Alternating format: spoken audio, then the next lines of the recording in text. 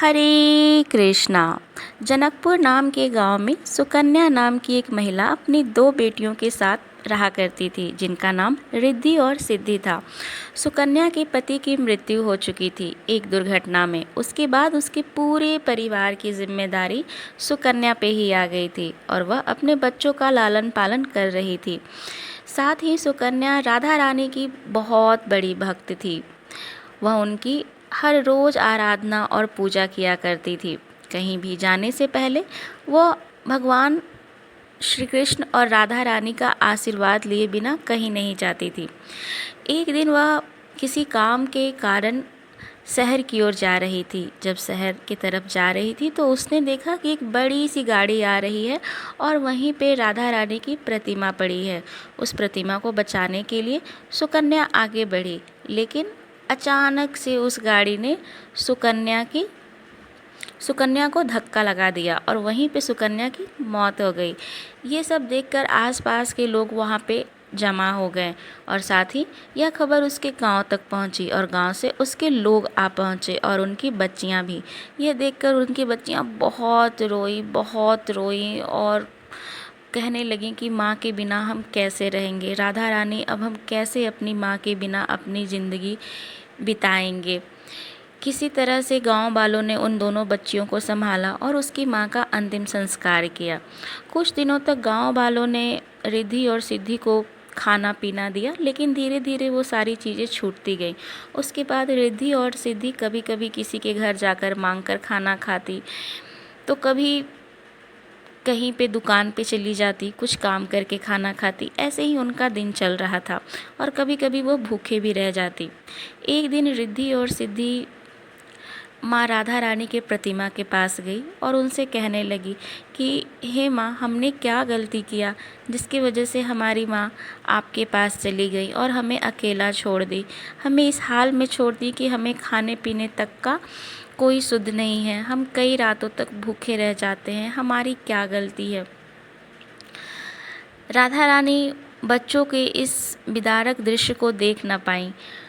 उसके बाद जब बच्चे रात में सो गए तो राधा रानी की प्रतिमा से एक अनंत ज्योति निकली और उसमें से राधा रानी स्वयं प्रकट हो गई और रसोई घर में चली गई। रसोई घर में उन्होंने जैसे ही गई तो देखा कि वहाँ अन्न का एक भी दाना नहीं है। फिर उन्होंने अपने चमत्कारी शक्तियों से वहाँ पे अन्न को लाया और बच्चों के लिए स्वादिष्ट स्वादिष्ट भोजन बनाने लगी।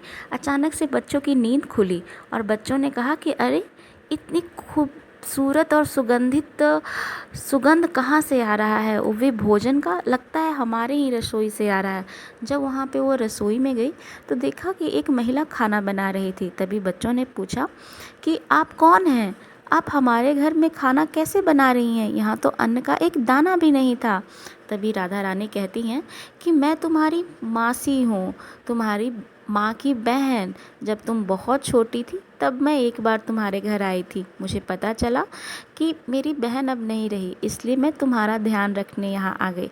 बच्चे बहुत खुश हुए, बहुत ज़्यादा खुश हुए और उन्होंने कहा कि मासी, अब आप हमें छोड़ के कभी मत जाना, हमें बहुत तकलीफ़ होती है, हमें माँ की बहुत याद आती है।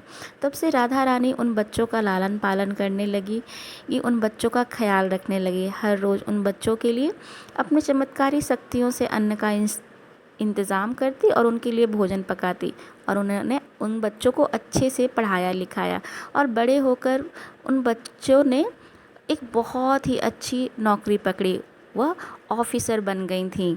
ये सब देखकर राधा रानी अत्यंत प्रसन्न हुई। वो बच्चे राधा रानी के पास आशीर्वाद लेने आए कि मासी, हम ऑफिसर बन गए, हम एक बड़े पदाधिकारी बन गए हैं। तभी राधा रानी ने कहा कि तुम्हारी माँ भी यही चाहती थी, वह हर रोज़ मेरे सामने यही प्रार्थना किया करती थी कि मेरे बच्चे बड़े अधिकारी बने और अपने पैरों पे खड़ा हो, और आज ये चीज़ पूरी हो गई।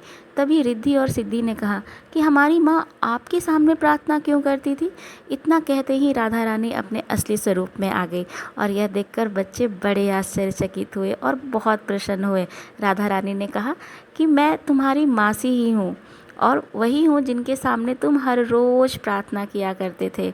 हर रोज़ खाने से पहले राधा रानी को अपने खाने का भोग लगाया करते थे। तुम्हारी इस अनंत भक्ति से मैं अत्यंत प्रसन्न हूँ, जिसके कारण मैं तुम्हारे साथ रही और तुम्हारा लालन पालन किया। राधा रानी ने साथ में यह भी आशीर्वाद दिया कि अब आने वाले वक्त में तुम्हें किसी प्रकार की कोई भी तकलीफ़ नहीं होगी, तुम अपनी ज़िंदगी अनंत भाव से सुख समृद्धि के साथ जियोगे। इस कहानी में राधा रानी ने यह दिखाया कि अगर कोई भक्त उनके ऊपर अनंत निष्ठा और श्रद्धा रखता है तो राधा रानी उन्हें कभी भी अकेला और तकलीफ़ में नहीं छोड़ती। वह हमेशा अपने भक्तों के साथ मदद करने के लिए किसी न किसी रूप में आ जाती है। तो ये थी आज की कहानी अच्छी लगी हो तो चैनल को लाइक और सब्सक्राइब करें। तब तक के लिए राधे राधे।